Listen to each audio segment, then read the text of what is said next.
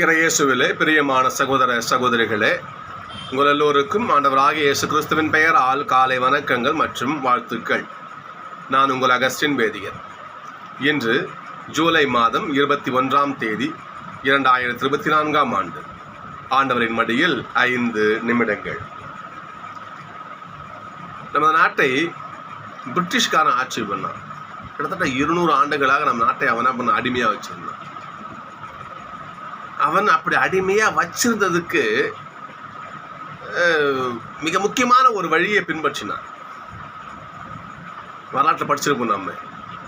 அதற்கு பெயர் பிரித்தாளும் கொள்கை அப்படின்னு ஒன்று வச்சிருந்தான். அவன் மக்களை என்ன பண்ணான், ஒன்றாக இருக்கவே விடலை. அப்படியே துண்டு துண்டா பிரித்து வச்சிருந்தான்.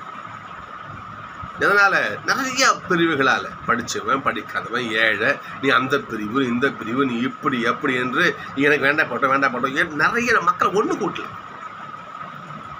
மக்களை இவ்வாறு துண்டு துண்டா, ஏன்னா ஒன்று கூடனான்னா அவன் ஆட்சி செய்ய முடியாது. 200 ஆண்டு காலம் இந்த இந்தியா அடிமை வச்சிருக்க முடியாது இல்லையா? மக்களை பிரித்து பிரித்து இவன் அதில் இன்பம் காண்பவனாக இருந்தான். இந்த நிலை இப்போ மட்டும் கிடையாது, முன்பும் நல்லா இருந்துச்சு. எப்போ முதல் வாசிக்கிறது, ஒரு தலைவன் மக்கள் வழிநடத்தக்கூடிய பொறுப்பில் இருக்கிறவன் மக்கள் என்ன பண்ணும், ஒன்று கூடி ஒத்துமையாக பார்த்துக்கணும். அதுதான் ஒரு தலைவனுக்கு அழகு. ஆனால் அப்பொழுது வாழ்ந்த அந்த அரசர்கள், குருமார்கள், இன்னும் யாரெல்லாம் மக்களுக்கு வழிநடத்தக்கூடிய அந்த பொறுப்பில் இருந்தாங்களோ அவர்கள் மக்களை ஒன்று கூட்டி வாழலை. இன்னைக்கு வாசிக்கிறோம் நம்ம. எரேமியா 23ஆம் அதிகாரம். என் மேய்ச்சலுக்கு உட்பட்ட ஆடுகளை அழித்து சிதறடிக்கும் மேய்ப்பர்களுக்கு ஐயோ கேடு. என் மக்களை ஒன்றா வச்சிருப்பீங்கன்னு அவங்க கூட்ட ஒப்படைச்சா என்ன பண்ணுறீங்க, அந்த ஆடுகளை நீங்கள் அழிக்கிறீங்க, சிதறடிக்கிறீங்க. தம் மக்களை வழிநடத்தும் மேய்ப்பர்களுக்கு எதிராக கடவுள் கூறுவது இதுவே. அப்படி சிதறிப்போன மக்களை என்ன பண்ணுவான, ஒன்றாக கூட்டப் போகிறேன். ஒன்றாக கூட்டி வந்து அவர்களை ஒரே ஆட்டுப்பட்டியில் நான் அடைப்பேன். ஒன்றா கூட்டி வைப்பேன், ஒன்றா கூட்டி வைப்பேன். அவன் என்ன பண்ணும், பலுகி பெருகும். அவற்றை பேணி காக்க நான் புதிய மேய்ப்பர்களை நியமிப்பேன். இனி அவை அச்சமுறா, திகில் உறாது, காணாமல் போகாது என்கிறார் ஆண்டவர். இதோ நாட்டில் வருகிறது. தாவீதிற்கு ஒரு நீதியுள்ள தளிர் தோன்றச் செய்வேன். தாவீது இருந்த இடத்திலே ஒரு தளிர் தோன்றுவார். அது யாரு? தாவீதை போல எவன் ஒருவன் மக்களை ஒன்று கூட்டி கடவுளுடைய பாதைகளை வழி நடத்துகிறானோ அவன்தான் அந்த தளிர். வில்லிய பிரகாரம் இந்த பெயர் எசேக்கியாவை குறிக்கலாம். ஏனென்றால் தாவீதிற்கு பிறகு இந்த எசேக்கியா ராஜா தான் மக்களை ஒன்று கூட்டி பார்த்திருந்தார். ஒன்று கூட்டி நல்ல ஆட்சி கொடுத்தார் அவர். ஏன்னு சொன்னால் எசேக்கியாவுக்கு முன்பாக மக்கள் அந்நியதை வழிபாட்டில் அப்படி மூழ்கி கிடந்தாங்க.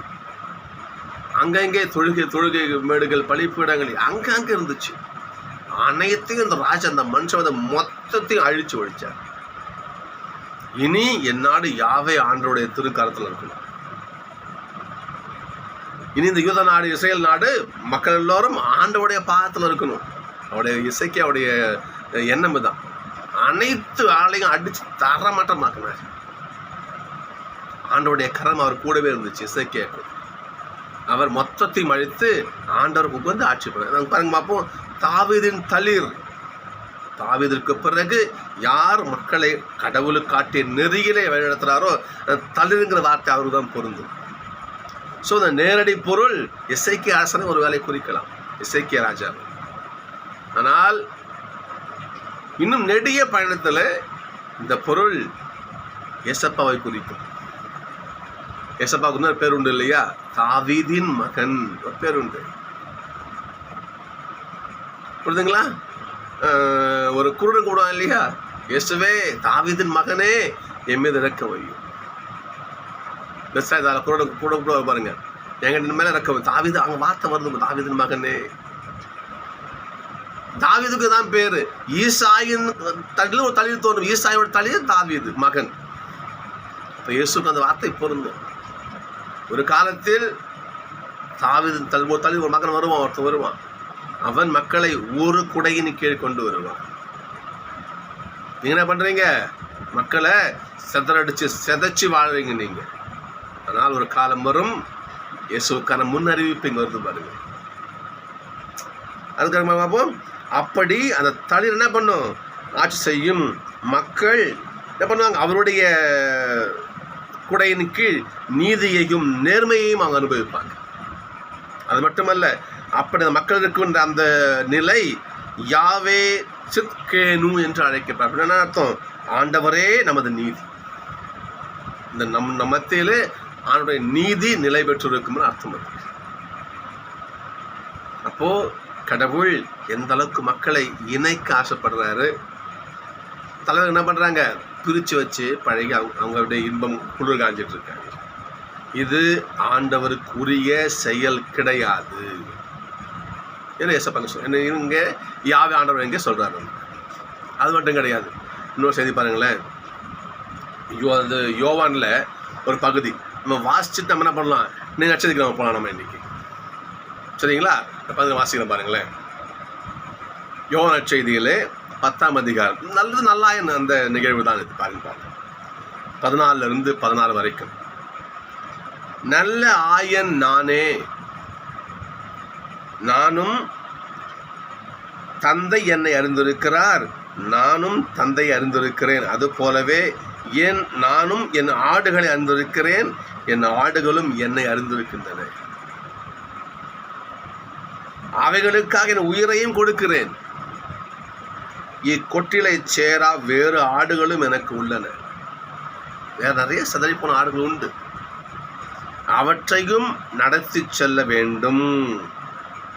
நான் என்ன பண்ணும்? அவங்க நடத்தி செல்லணும். அது கீழே வாச வரிய பார்க்கணும் நாம. அவையும் என் குரலுக்கு செவிசாய்க்கும். அப்பொழுது ஒரே மந்தையும் ஒரே ஆயரும் என்ற நிலை ஏற்படும். அவனுடைய வார்த்தையை பாருங்க. ஒரே மந்தை ஒரே ஆயர். நம்ம ஒரு குடையின் கீழ் மக்கள் வருவார்கள். யூதாவின் தளிர் அதை செய்யும். எசப்பாங்க செய்தார் பாருங்க. எப்படி செய்தார்? இதைத்தான் இன்னைக்கு 2ஆம் வாசகம் நமக்கு சொல்லுகிறது. எப்படி ஆண்டவர் ஒரு குடையின் கீழ் இந்த மக்களை கொண்டு வந்தார். இன்றைக்கு பாருங்க பார்ப்போம். உலகில் மிக பெரும் மதம் கிறிஸ்துவ மதம். இந்த உலகத்தையே கடவுள் தன் கரத்தின் கீழே கொண்டு எப்படி கொண்டு வந்தார் பாருங்க பாப்பா. எபேசியர்ல ஒரு காலத்தில் தொலையில் இருந்த நீங்கள் இப்பொழுது என்ன பண்ணுங்க? கிறிஸ்துவோடு இணைந்து. அதான் ஆண்டவருடைய செயல். இணைக்கிறார் ஆண்டவர், பிரிச்சு வைக்கல. இணைந்து அவருடைய ரத்தத்தின் மூலம் அருகில் கொண்டு வரப்பட்டு. எல்லாம் கடவுள் ரொம்ப தூரமா இருந்தீங்க. ஏசப்பட்ட ரத்தத்தை சிந்தி, ரத்தத்தின் விளைவாக கடவுள் உங்களை தன் கிட்ட கூட்டு வச்சிருக்காரு. இன்னும் பார்க்க பார்ப்போம். பகைமை என்னும் சுவரை தன் உடம்புல தன்னுடைய பாடுகளால தகர்த்தெறிந்தார். இயேசுவின் பாடுகள் பகை எனும் சுவற்றை நொறுக்கி போட்டது, மக்கள் எல்லோரையும் ஒன்று கூட்டியது. இன்னைக்கு பாருங்க பார்ப்போம். பல கட்டளைகளையும் விதிகளையும் கொண்ட யூத சட்டத்தை அழித்தார். இரு இனத்தவரையும் தமிழ் எல்லாரையும் இணைத்து என்ன பண்ணாங்க? ஒரு புதிய மனிதனமாக உருவாக்கினார். ஆண்டவர் அனைத்து பகைமையையும் தேவலா விஷயங்களையும் தூக்கி குப்பில போட்டுட்டு மக்கள்லாம் ஒன்றாக இணைத்தார் என்று இன்றைக்கு 2ஆம் வசனம் சொல்லுது பாருங்க. இன்னைக்கு என்ன பார்க்கணும்? தாமே துன்புற்று பகைமையை அழித்தார். சிலுவையின் வழியாக இரு இனத்தவரையும் ஓர் உடலாக்கி. ஆண்டோடைய எசப்போடைய அதான் கடவுள். அதான் ஆயன். ஆயன் என்ன பண்ணும்? எல்லா ஆடுகளையும் ஒன்றா பார்க்கணும். நல்லா தானே ஒன்றா பார்க்கணும். இது எனக்கு தேவை ஆடு ஓடிப்போ, உனக்கு சாப்பாடு கிடையாது தூக்கி போட்டு அவன் நல்லா ஏனாம யோசிச்சு பார்க்கணும். நம்ம பாருங்க பார்ப்போம். இயேசு சிலுவையின் வழியாய் இரு இனத்தாரையும் ஓர் உடலாக்கி ஒன்றுபடுத்தினார். யாரையும் அவர் வாங்கன்னு சொல்லி எல்லோரும் என்கிட்ட வாங்க. வார்த்தை தான் ஏசப்படைய பெரிய ஜபம் தெரியுங்களா? தந்தையே, நீரும் நானும் ஒன்றாய் இருப்பது போல எல்லோரும் ஒன்றாய் இருப்பார்களாக. அவனுடைய மிகப்பெரிய ஜபங்க அது, ஏசப்ப ஜபங்க அது. கடவுள் யாரையும் பிரிக்கணும்னு ஆசைப்படும். எல்லாரும் ஒன்றா இருக்கணும். யாரும் தனித்தனியாக பிரிஞ்சிருக்க கூடாது. சாதியால், மதத்தால், மொழியால், இனத்தால், இல்லையா, பொருளாதாரத்தால், கல்வியால் இன்னைக்கு சமுதாயம் எப்படி இன்னைக்கு சிக்கா பிரிஞ்சுக்கிறது. இன்னைக்கு என்னங்க நீங்கள் போய் சொல்கிறீங்க அப்படின்னு உங்களால் சொல்ல முடியுமா? நம்மகிட்ட பிரிவு இல்லையா? ஏசப்பா இங்கே பாருங்க பார்ப்போம். தன் ரத்தத்தை சிந்தி ஒன்றுபடுத்தி வச்சிருக்கிற மக்களை நாம் பிரிக்கலையா? இன்னைக்கெல்லாம் மொத்தமே தான் இருக்குமா? நாம சிந்திச்சு பார்க்கணும். இன்னைக்கு பார்ப்போம். சிலுவையின் வழியாய் இருநத்தவரையும் ஓர் உடலாக்கி கடவுளோடு ஒப்புரவாக்க இவ்வாறு செய்தார். தன்னோட மரணத்தால் பண்ணவர் இந்த உலகத்தையே ஒன்றாக சேர்த்து தந்தை அப்பா என்ன பண்ணாரு? எப்பா அந்தாங்க வச்சுக்கங்க, என் அமிச்சிங்க, என் பாடுகளை அந்த மக்கள்லாம் மீட்டு உங்ககிட்ட கொடுத்துறேன்ட்டு நம்ம எல்லாம் ஒப்புரவாக்கி அப்பாக்களை ஒப்படைச்சார். அப்படி ஏசப்பா நம்மை ஒன்றுபடுத்தி அந்த நிலையை நாம் இன்றைக்கு பாதுகாத்து வச்சிருக்கிறோமா? நம்ம சொல்லிருக்கோம் இல்லையா, நல்லாய நானே. இன்னைக்கு நிறைய ஆயர்கள் இல்லையா?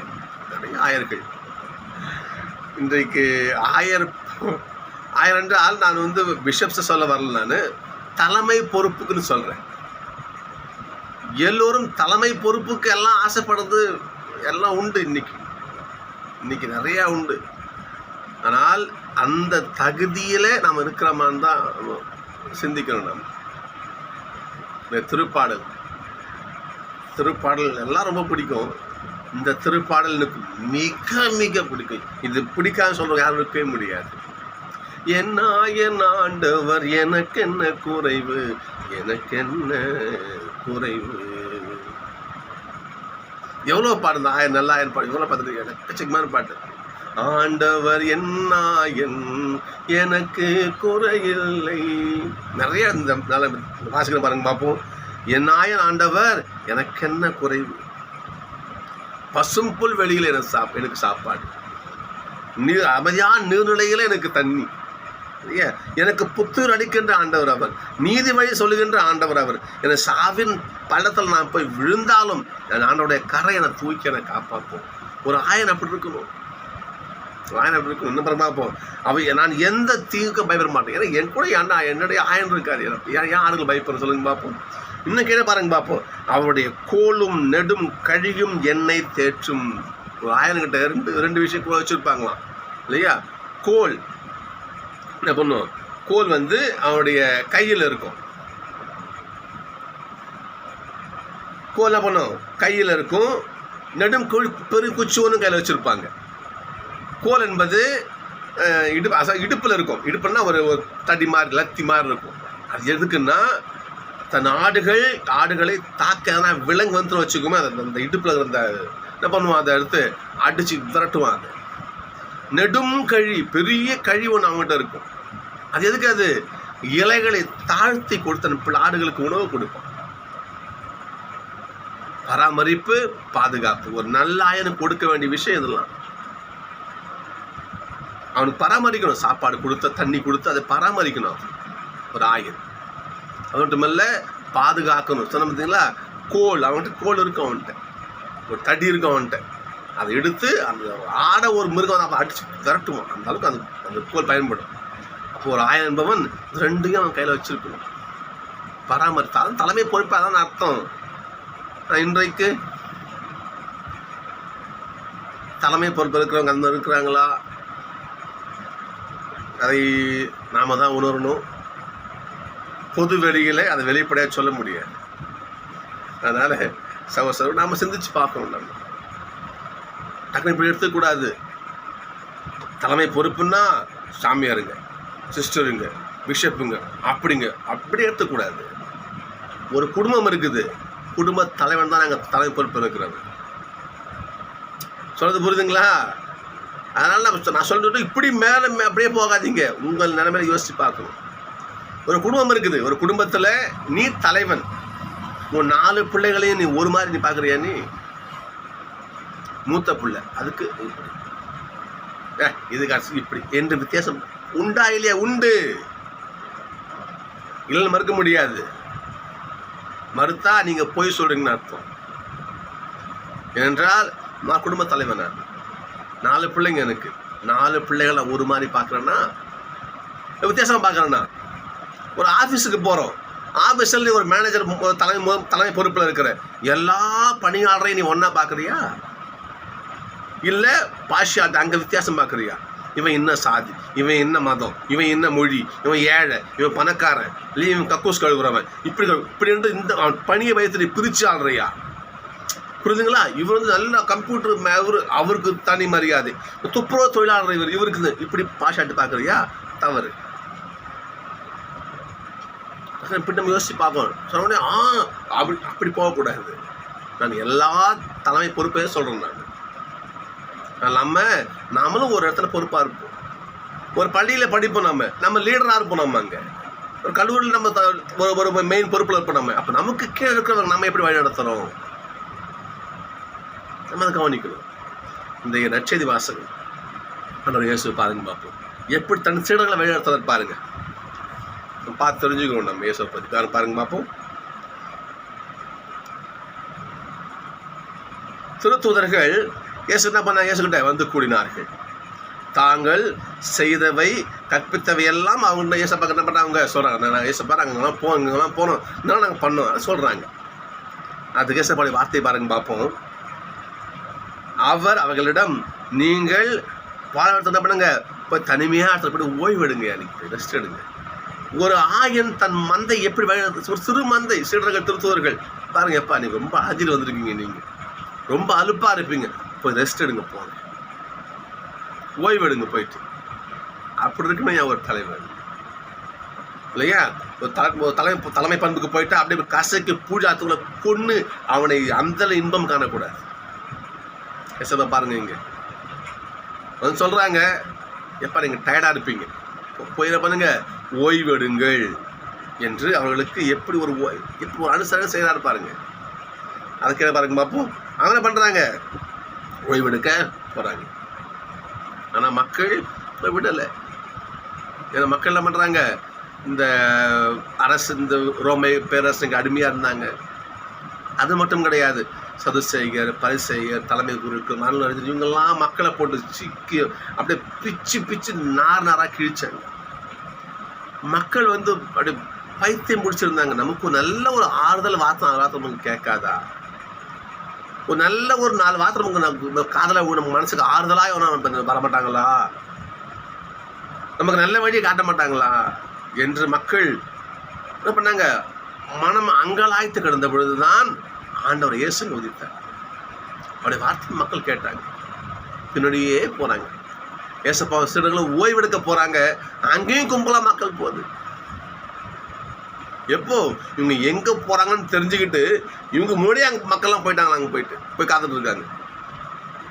ஏசப்பா பார்க்குறாரு, இந்த மக்கள் என்னங்க அந்த மாதிரி ஓய்வுக்குன்னு வந்தோம். இந்த மக்கள் பாருங்க பார்ப்போம். இந்த மக்கள் ஆயனல்லா ஆடுகளை போல இந்த மாதிரி மக்கள் கிடக்கிறாங்க. அங்கேயே உட்காந்து நம்ம அவர்களுக்கு போதிக்க தொடங்கினார். சகோதரிகளே, நல்ல ஆயன் மக்களுக்கு உயிரே கொடுப்பான். மக்களை பிரித்து மக்களை கசைக்கு புழிஞ்சி அந்த உசுரை பிடிச்சி அரக்கனாக மாட்டான். சகோதரர்களே, நாமும் தலைமை பொறுப்பில் இருப்போம், ஆயன் பொறுப்பில் இருப்போம், மேற்பார்வையாளர் பொறுப்பில் இருப்போம். நம்ம மறுக்க முடியாது. அப்படி இருக்கின்ற பொழுது நாம் மக்களை பிரித்து ஆண்டு நாம் இன்பம் காண்கிறோமா? இல்லை மக்களை ஒன்றுபடுத்தி ஒன்றா நம்ம மக்கள் அழைக்கிறோம். கத்திரிக்கோளை வெட்டி பிரிக்கும், ஊசி ஒன்று சேர்க்கும். நாம் கத்திரிக்கோளா ஊசியா சிந்திப்போம், சேர்க்க வழி செய்வோம். அதற்காக ஜெபிப்போம். நன்றி. நாளை சந்திப்போம்.